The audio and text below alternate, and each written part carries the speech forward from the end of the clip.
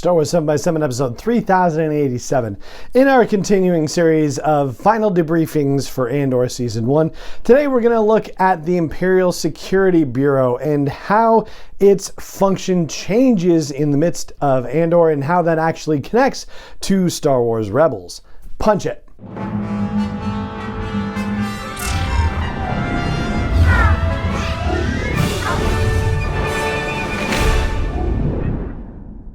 Hey Rebel Rouser, I'm Alan Voivod and this is Star Wars 7x7, your daily dose of Star Wars joy. And thank you so much for joining me for it. So in a series full of amazing monologues from characters, we haven't really talked about, well, okay, that's not true. We actually did talk about the monologue that Major Partyguys delivers in the episode entitled Aldhani. That's chapter 4 of season 1 of Andor, where he talks about security and the mission of the Imperial Security Bureau. And, Dedra recites a mission statement for the Bureau, and he says, yeah, that's it, and it's wrong. And he says, you want security, you call the Navy, you get troopers sent out. No, we are a healthcare organization. We treat disease. That whole monologue is one of the first beautiful monologues that happens inside the season of Andor that we got to enjoy together just these last couple of months. And what's interesting for us about that in the context of today's episode is the fact that Partyguys is drawing a line between the Imperial Security Bureau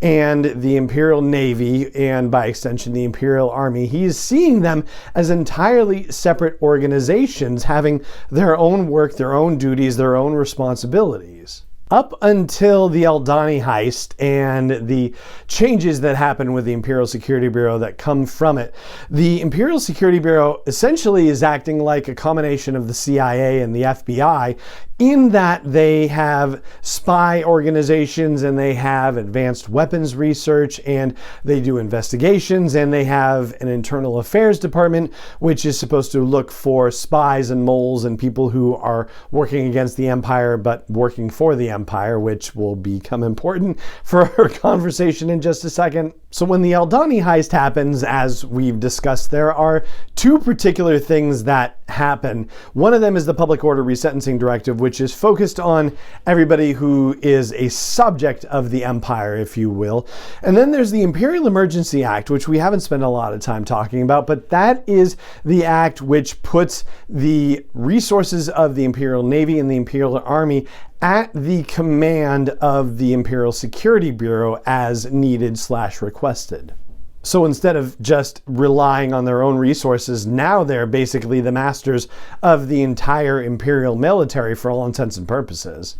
And even though we don't really get a sense of how that plays out in the Andor series, we are kind of led to the conclusion that the operation which takes place finally in the climactic episode of the season, Rick's Road, which, it happens off screen, but the attack on Spellhouse, the power station, by Anto Krieger and his men, which is foiled by the Imperial Security Bureau. The implication that we get out of this is that they brought Imperial Navy forces in to spring the trap and kill Krieger and his men to, as Partyguys puts it, wipe the taste of Aldhani out of the Emperor's mouth. And that's specifically because it seems that the Imperial Emergency Act is something that was proposed by the Emperor himself. So yeah, a necessary evil as far as the Imperial Security Bureau goes to appease Emperor Palpatine, because everybody has to kind of deal with this guy. It's kind of funny in that sense because he has a level of power, even though he's not revealing that he's a Sith, of course, but he has a level of power where we've talked about how the Preox Morlana corporate authority is like, well, we're bad, but you don't want the other guys, the Empire, to come down because they're worse.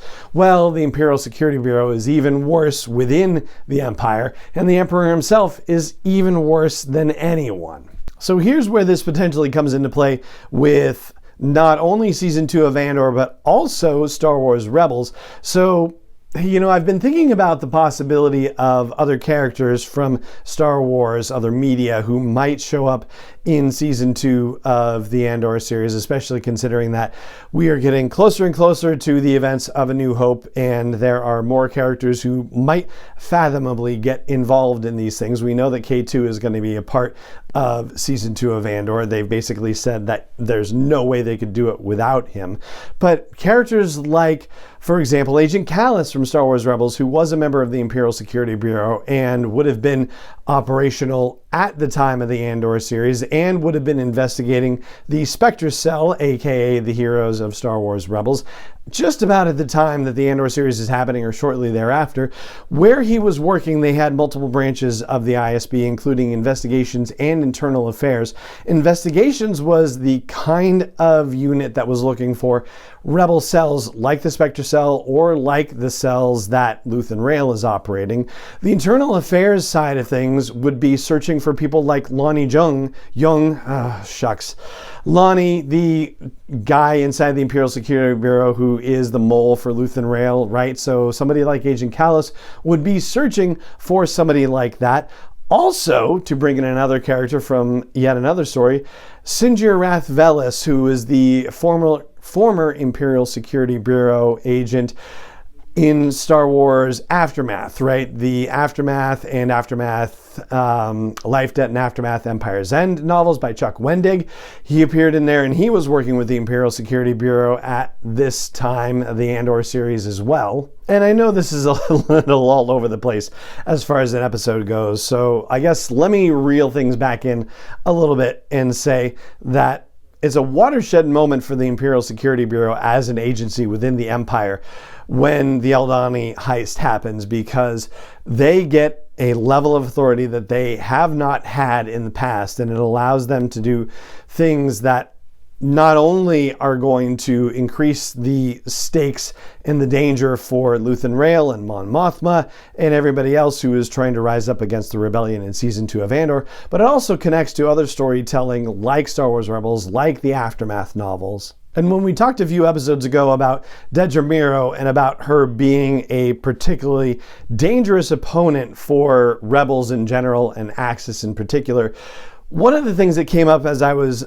looking at this episode of the podcast and looking at stuff about the Imperial Security Bureau had to do with the fact that when Blevin, the other Imperial Security Bureau supervisor, and Dedra Meero were arguing about Ferrix and about jurisdiction over the discovery of that Starpath unit that had been stolen from a system under Dedra Meero's purview, Blevin's accusation to Meero is that she's just trying to increase her portfolio and she's just trying to climb up the promotional ladder, and that's why she is asking for control of the whole Ferrix situation when Ferrix was under Blevin's command. And I think we know from the events of season 1 of Andor, and we've talked about this as well, that it really doesn't seem like that's how Dedra Meero is approaching things. She is approaching things from the perspective of, I am a more competent investigator than any of the people that I'm involved with here, and I want to get the job done. And so with the new resources available to the Imperial Security Bureau as a result of the Aldhani heist and the Imperial Emergency Act, that is yet another reason why Dedra Meero is going to be especially more dangerous in season 2, because she's going to have so much more in the way of resources that she can deploy in the hunt for Axis and rebel cells that are stealing things and creating an organized rebel front that will eventually oppose the Empire in a significant way. I suppose that maybe says something about the level of success that they might eventually have. Maybe not so great from their perspective, but yeah, she's going to be a danger in the meantime. And so will the whole Imperial Security Bureau, for that matter, with their newfound powers and abilities and responsibilities. And that's what I've got for you for today's podcast. And it just remains for me to say thank you so much for joining me for this episode, as always, and may the Force be with you wherever in the world you may be. Star Wars 7x7 is not endorsed or sponsored yet by Lucasfilm Limited, Disney, or 20th Century Fox, and is intended for entertainment and information purposes only. Star Wars, the Star Wars logo, all names and pictures of Star Wars characters, vehicles, and any other Star Wars-related items are registered trademarks and/or copyrights of Lucasfilm Limited, or their respective trademark and copyright holders. May the Force be with them. All original content is copyright 2021 by Star Wars 7x7. We hope you love it.